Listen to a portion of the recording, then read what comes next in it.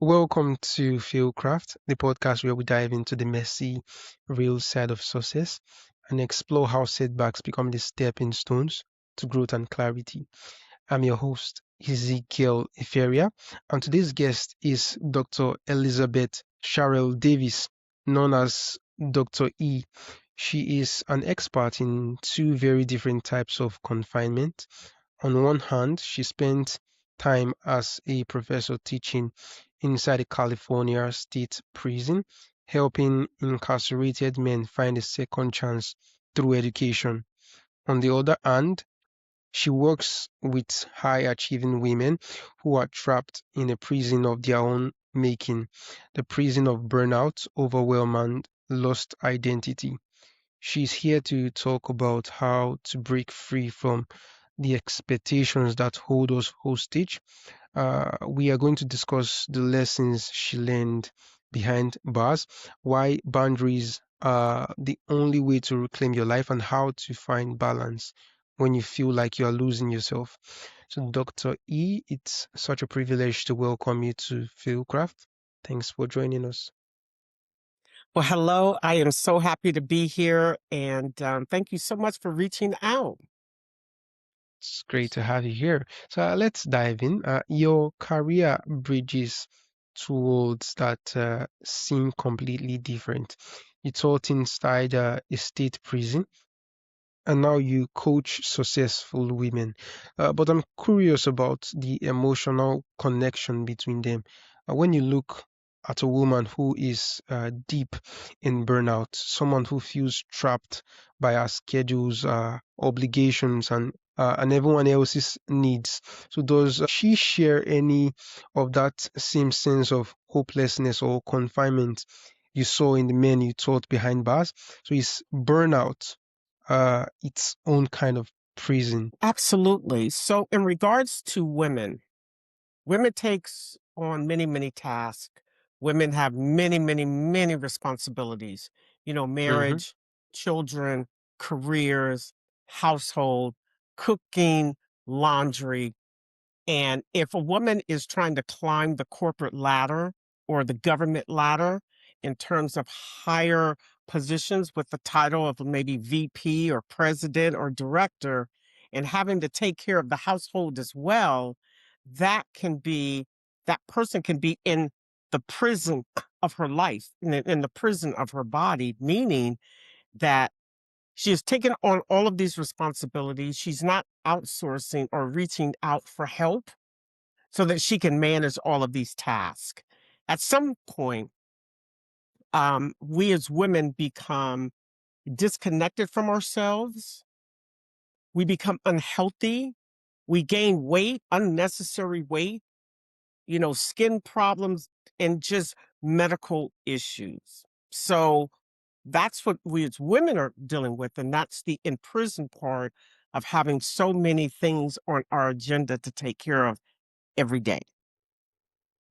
But then if you look at the incarcerated person that's their life is behind the bars, they're dealing with a different type of emotional stress. And sometimes that stress is coming to the forefront of the crime that they've committed. Because sometimes they don't recognize that they've done anything wrong until they're behind bars. So that's a body imprisonment in itself. But once the incarcerated individuals able to understand that the crime that they've committed, they've accepted that crime that they've committed, that they're doing the time, then they can transform their lives. They transform their lives by um, by reading more, collaborating more, whether if it's with staff or other incarcerated individuals. But more importantly, they place themselves in a classroom where they can obtain their associate's degree, bachelor's degree, or master's degree. Because at that point, the rate of incarcerated individuals returning to prison system becomes very low because they have gotten this education that has moved them out of the world of crime, and it has placed them in a world of being educated, but more importantly, being able to return to society and be a responsible adult. So, Dr. E, you wrote about working with incarcerated black and brown men. So, society often writes these men off as failures, but you were in there teaching them. So, did watching them fight for a second chance change the way you view your own setbacks? Did it teach you something about resilience that you couldn't learn in a university classroom? Oh, absolutely. Because, society says if you've committed a crime, and I want to just add this part that each person that is incarcerated does not mean they've committed the crime. Because in the US Mm, system, it's a jury of your peers that convict you based on evidence.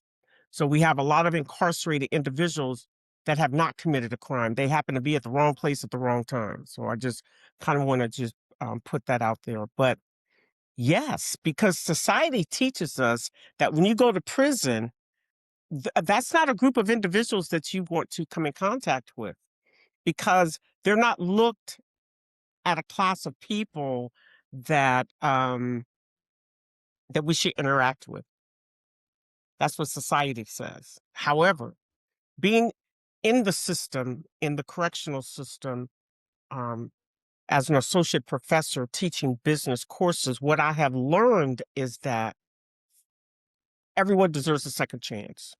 I'm not here to judge anyone. I've learned not to judge. It's not my place to judge. What's important is that I step foot into the classroom with an open heart and provide this knowledge to these individuals that society has put to the side to give them a second chance so that when they leave, they become productive adults. So, what I've learned from them is that there's no judgment. You can't judge a book by its cover. You have to really get into the book and read the chapters to understand this individual. And mm. now I don't know the crimes that they've committed. We don't have those conversations.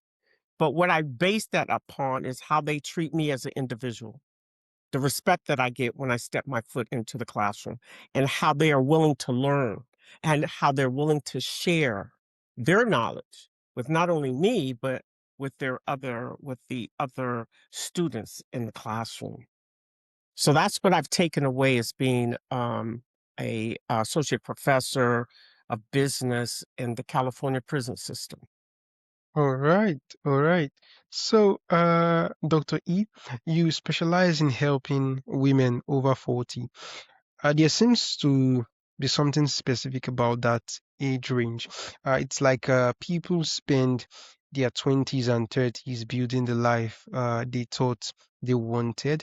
And when they finally hit 40 and they realize it doesn't fit anymore. So, why is that the decade where everything seems to break and also where the real breakthrough happens? Oh, that's a very great question because it seems like when we're in our 20s, that's kind of like we've stepped away from our parents' household and we're out in the world and we're learning. And then some of the things that we learned in our 20s make sense in our 30s. And then I believe we become full adults in our 30s. That's when, marriage and the home and the children and all that kind of begins in the 30s. And by the time we're in our 40s, it's like, oh my goodness. Okay, so I've got this mortgage payment. I have these children that I have to raise. I've got a spouse. I've got a boss that may not be a good leader. It's just all of these components come together in our 40s. So we have to be strong enough to deal with that. I mean, if you have a few kids that you're raising, that's that is, as I call it, that can be challenging when you're raising children in your 40s. You have a mortgage payment. So you have to keep the job to make the mortgage payment so that you can feed your kids. I believe in our 40s is a wake up call because in our 40s, we're approaching our 50s, which is like a decade later. So we're trying to keep it all together. But the challenge is that there's so much for us to do in our 40s that sometimes we forget that we can reach out for help. We can reach out for a coach. We can reach out for therapy, um, to so that we don't have that mental breakdown or the physical part of us breaking down. There's help out there for us to continue to achieve success in your 40s, but you have to reach out for that. All right, Dr. E. So burnout usually doesn't happen overnight.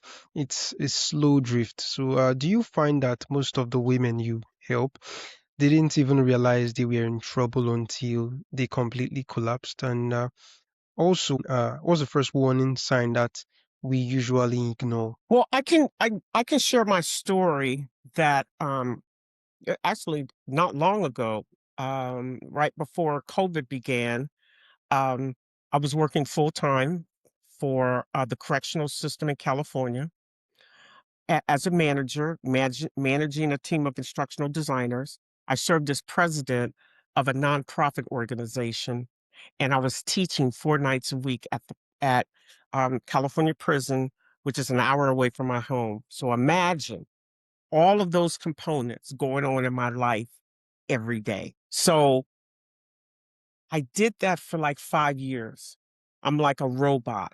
I'm up at 4 in the morning so that I could take care of the nonprofit organization before I go to work. So I have to be to work at 7. So I work all day and I'm managing people. I'm dealing with people. I'm making decisions, problem solving. And then at the evening, when I'm off my shift, I go to the prison to teach my courses. So, where in all of that that's going on every day, where is there time for me? Am I taking time for me? So, this is what we as women go through. And are we taking time for ourselves? Not at all, because I'm a robot. I know my body knows exactly what time I have to get up, and my day doesn't end until about 11 o'clock at night. But then I'm starting all over again the next day um, at about 4 a.m. So over the course of the 5 years, what happens, not only to myself, but to other women that have a full calendar, is that I became disconnected from myself because I'm in such a routine and I did not take time for myself. Just an hour a day. Sometimes it only takes an hour a day to like meditate, but I didn't do that. So as a result of that, I started having health issues. Gained a lot of weight, had borderline being a diabetic, high blood pressure. So I believe it was 2022 when my presidency ended at this nonprofit organization is when I literally shut down. So that means I took everything off my plate that other than my place of employment, but I had to really figure out what was going on with me, and that meant I had to go to therapy for a while, and I went to the doctor to get blood work done. And what I learned from that is that I don't take on any more responsibilities that requires 100% of my time. So since then, I've retired. And so now I'm a full-time coach and consultant. I teach 2 days a week. And so I have a lot of downtime now. So where I can exercise and make sure that I'm healthy. So that's my story. But trust me, there are many, many, many, many more stories like mine. Whereas we as women, we take on all of these additional responsibilities, but we don't take time for ourselves to go to the doctor, to get blood work done, to eat healthy. Because not all the foods that we eat here in the US is good for us. So we have to search for the foods that's good for us. And all those things take time, takes energy, sometimes it takes money. Overall, what I'll say is that that whole period of transforming my life to where it's manageable has been phenomenal. So that's why I decided to become a life coach. So not only for me to share my experience, but so that I can help women 40 and over not to go through what I've gone through, or if they're there, I have um I have a program that I can help them to um to break that cycle and not to be burned out, Hmm. but to enjoy life. Great. So, Dr. E, for the listener right now who feels completely overwhelmed, like she is living her life for everyone else and has nothing left for herself, what's one small boundary she can set today to start taking her power back? Well, the first step is to accept the fact that you have all these things going on in your life. I'm a firm believer that journaling is important. So so purchase a journal, or if you have a journal, or which is great. If not, you can use regular paper. Write down all the things that you have going on in your life. Figure out a way to outsource some of those things. So if you're a mother and you have to pick up your kids from a sporting event, is it possible to work with the other mothers so that you can do a trade-off? Some days you pick up your kids and some days you pick up all the kids. If we can learn how to outsource some of those things, we can remove items from our daily list and take that time to maybe take a walk, maybe just take that time to meditate for 15 or 20 minutes, or maybe just take time and not do anything. But step one is to identify that your calendar is full. Two is to write out everything that you're doing. Number three is to see if you can outsource some of those tasks that she may have on on her list. And then also remember that when you outsource some of the responsibilities in or that's on your calendar, you don't always have to pay someone to do that. You have a community of people that can help you to get there. And another way would be to hire a coach to help you to get to that point. That's my recommendation because those are the exact steps that I took. Therapy and then the coach, which I was transformed. So yes. So that would be my recommendation. All right, Dr. E, thank you for sharing that with us. So I have a personal question for you. After seeing resilience in prison classrooms and helping women rebuild their lives after burnout, I'd like to know, what does being successful truly mean to you now? That's a great question. So you're saying since I'd worked in the prison and I'd worked with women over 40. Yeah. So, what does being successful mean to you? You know, it's for many people it changes over time. So, I'd like to know what success mean for you right now. You know what success means to me is that when I have a client, I'm working with a client and they said, "Oh my God, I got it." Just having that conversation with that client and then say, "Oh my God, I didn't know that." But to be able to provide knowledge and resources, not only to my clients that are women over 40, but my students, when they get that aha moment that they understand what I'm delivering, that's the best part. So I don't have to Hmm. hold their hand forever. I just need to give them I just need to provide them with that resource, some knowledge, and then they get it. They're able to transform their lives. That's the best part. The last part is when I see my students graduate. That's the ultimate right there. Because even though they've had other professors, but I know I contributed to their success of getting that degree. All right, that's indeed an amazing one. So, finally, Dr. E, for our listeners who wants to find your coaching program or learn more about your work, or perhaps connect with you and follow you online, so where's the best place for them to go? Well, they can go to my website, which is www.signatureofexcellencelifecoach.com. They can reach me by telephone. If you're outside of the US, I think the country code is 1-916-204-7278. And my email address is signatureofexcellencelifecoach@gmail.com.